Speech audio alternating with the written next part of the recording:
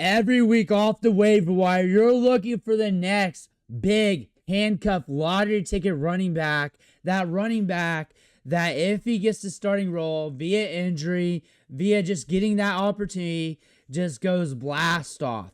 We're looking at another one here this week with Kendre Miller of the Saints, who's been getting work, been looking good with his opportunity in that limited role behind Alvin Kamara. And we're going to deep dive the good, the bad, the ugly, so you can make the decision for yourself whether or not you want to stash them on your fantasy football team. Before we dig in, though, you need to click that subscribe button right now. We're deep diving these players every day, multiple players every day throughout the week, so you know more about their situation, their background, the analytics, so you can make your decision whether you want to or not. On top of that, we're going deeper than any other channel on the waiver wire. Multiple videos throughout the week, and we're helping you set your lineups by looking at every matchup, every single game this season, touching base on every single player this season for start, sit, opportunities, and questions. Click that button.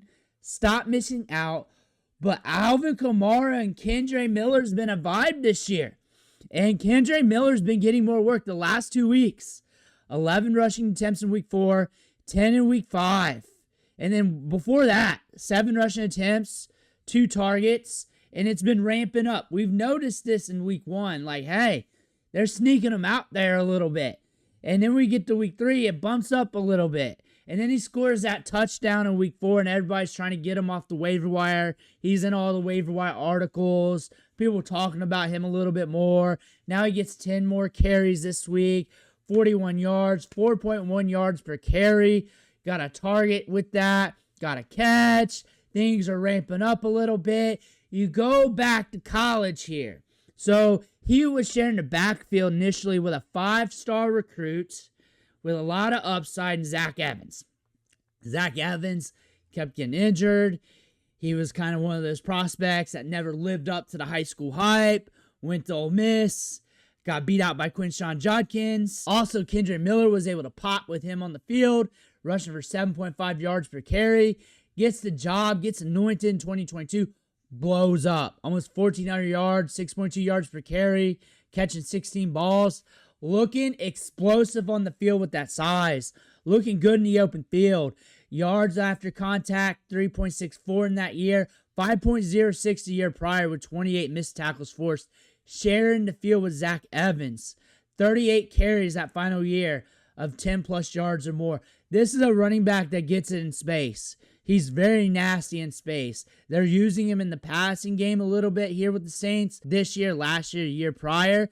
But you're seeing him be dominant, too, on the field. Multiple 100-yard games. Just blowing up against teams back in the day at college. 185, 158, 153, 142. Of course, in the Big 12. But you're hanging up numbers on Texas, Oklahoma, some of the bigger programs. Michigan, we were getting there till we hurt our knee. We got banged up in that game. And that's where we start the NFL career. It's this moment. It's this moment right here. Because we get drafted, we get decent draft capital.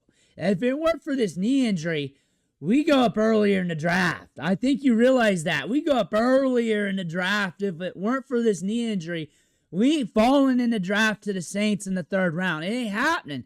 The fact that he goes in the 3rd round after this knee injury is an indicator, talent-wise, we're more than this because we're damaged goods, but we still bought it.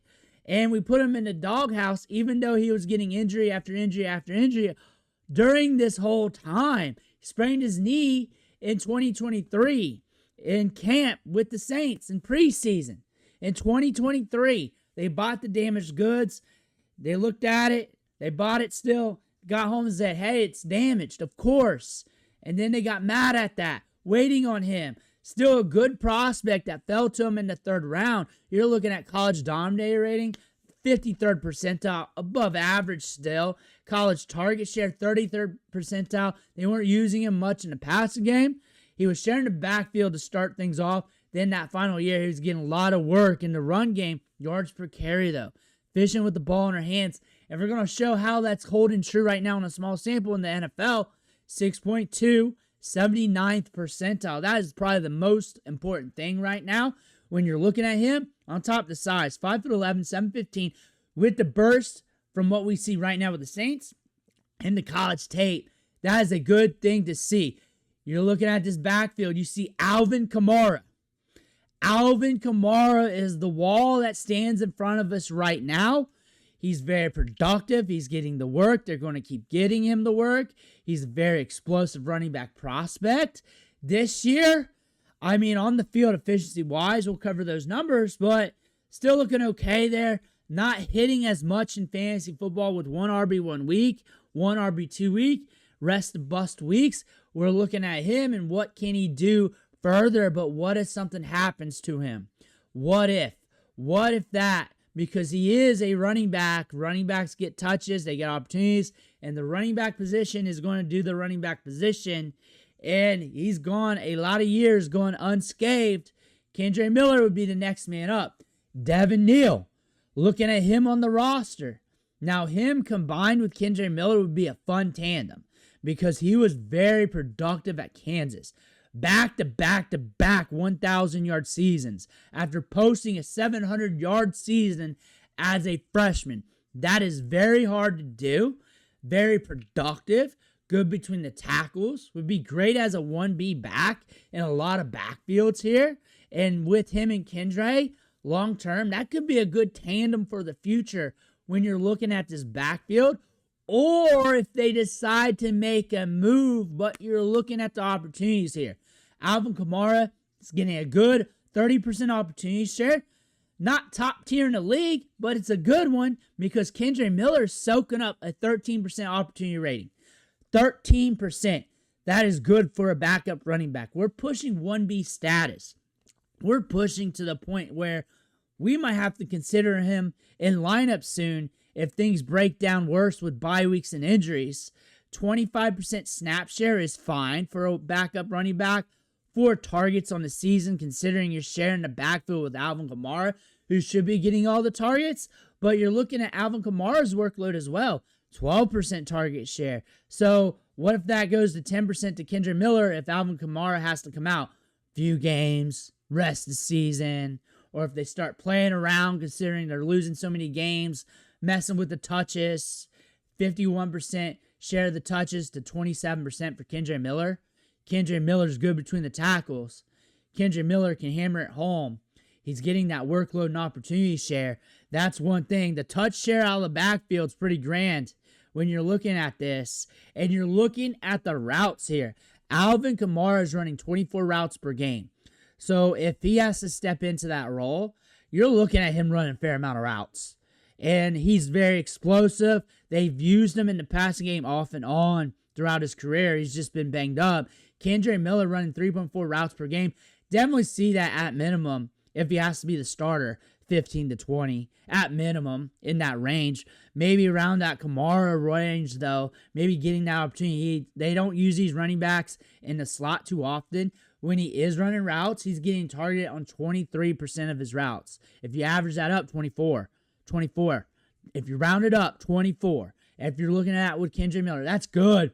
That's good. Rattler looks his way. Rattler targets the running backs. 17.5% rate for Alvin Kamara. He's running more routes, so that's going to reduce. So it would probably look something similar to Kamara. Around 17.5% rate getting targeted out of the backfield and running routes. You're looking at that. Kendre Miller is going to get a lot of opportunity because he's already getting targeted at a high rate with more volume that will come down a bit. And you're looking at Spencer Rattler. If he's still at quarterback, then if this happens, when this happens, we're going to get some work in the passing game. On top of that, we've been efficient. We've been pretty efficient. Yards created per touch, 16th in the NFL. Evaded tackles, 16th in the NFL. While getting 38 carries. 36th among running backs right now. That's solid work. Number 1 in juke rate, making guys miss. He's been making guys miss. Yards per touch, 34th. 22nd, true yards per carry. He's been very efficient. Explosive rating, 19th. Breakaway runs, only 1. But again, just 38 carries. 5 red zone attempts. So 5 of those carries were in the red zone, close to the goal line. If you look at it that way, just 4 targets on the season. So we're looking at this. We got some good indicators here that we could smash when given the opportunity, or if given the opportunity. Alvin Kamara has not been too bad, so there's no trash to him. He hasn't been too bad. He hasn't been grand, but not too bad. 9th in evaded tackles, 12th in carries, so those numbers check out. Juke rate 14th, that is fine. Yards created per touch, 36, a little bit low for him. Yards created 16th due to the volume, but we got more volume. 4th in routes ran among running backs. That's really what you want to see with his numbers, and you're going to see something comparable. Maybe Kendre's more like top 10, top 15 in routes, but imagine he'll at least be in the top 15 if he gets anointed in this backfield. Now it's time to put the tinfoil hat on. You look at the contract here for Kamara. You look at the landscape of the league. There are some teams that need running back. They need help. We're looking at the Chargers. We're chasing Haskins and Vital. And this is a team that wants to make a run. You look at the Chiefs. Look at what they got at running back. A few other teams. And more running backs are going to go down. More running backs are going to take hits, and they're going to need a veteran who's good at all phases, especially if they like to check it down to the running back. Think about it along those terms, especially when more running backs goes down as we get closer to the trade deadline. They got an out on his contract after this year. Like, they got to figure things out. The contract here, once you get to 2026, for a running back, considering his age, considering how many L's they're taking on the schedule, that is very interesting because we got 4 losses straight. We got our first win against the Giants. We're going to take more L's on the season. Our season's cooked. They ain't winning the Super Bowl. They're not. So they're going to have to look to switch things up, especially if they take another L and somebody approaches him. And now you're looking at the schedule. I don't think it matters. I think it matters when he gets the opportunity and who's that quarterback. Because taking that many L's, you got Rattler back there. He just has 1 pick on the season, a couple fumbles. Like, he's trying to do his best out there, but he's not Patrick Mahomes either. And they just drafted a quarterback in the 2nd round. Now you're looking at this. They may change things out. They may not. But you're looking at this. It's not like they're going to be in a lot of optimum game scripts. It's not like they're going to do that. But they're also in game scripts where their offense goes YOLO with it and they push the pace. They do that, and he'd be wheeled out more in the passing game. Probably about 25-ish routes a game, 15 to 20 on the low. His targets would ramp up. He only has 4 on the season. He'll probably get about 5-ish a game if that happens. Or if Alvin Kamara goes down. If I got Alvin Kamara and I'm using him every week and I'm looking at this and how efficient he is with this limited opportunity, I'm handcuffing him. I'm stashing. He's a top stash no matter what. He's one of the top running backs stashed right now. Him, Blake Corum, a few others. Tyler Allgeier's one of them. And it's all about the running back. It's all about that top running back. If that top running back, the starter, goes down, now you're looking at him. Now, worse running backs could just get anointed where all these other running backs who are looking good in these limited roles, it may never happen. That's why you can't really ask, but you can look at like how they're performing on this small sample, and you see the big-time stash upside. You want to stash those. You just never know if it's going to happen. That's the thing about it. But that's also the fun with football in this game. Also, Kamara could just hold it down for the whole year, and they just let him go for another season on a losing team here, and we watch him go touch after touch while other teams need him. That could potentially happen, and we're wondering what could happen with Kendre's career if Alvin Kamara was moved or if he got his opportunity, and that could be it. That could be it for his career, really. Like, this could be like his prime moment right now. It could be. And we're wondering, what could it be in his career if it weren't for them holding on so long with Kamara, or Kamara just never going down? We may never know. We may never know. Or we may know this week. But he is a premier stash play. There's a lot of them. We had a deep rookie running back class with a lot of top rookie running backs, and some of them fell in the draft with so many good backs in it. This running back class is probably like 10 to 15 more deep when it comes to talent compared to last year. So we're just waiting for a lot of these running backs, even those year 2, year 3 guys like Kendre, to get anointed and get their opportunity. That's why there's so many stash plays. But we're also starting to see a little bit more injuries compared to last year and a year after. Let me know what you think. Comments below. I want to hear about that. Make sure you hit that subscribe button on the way out. One thing for watching. Catch you on the next video.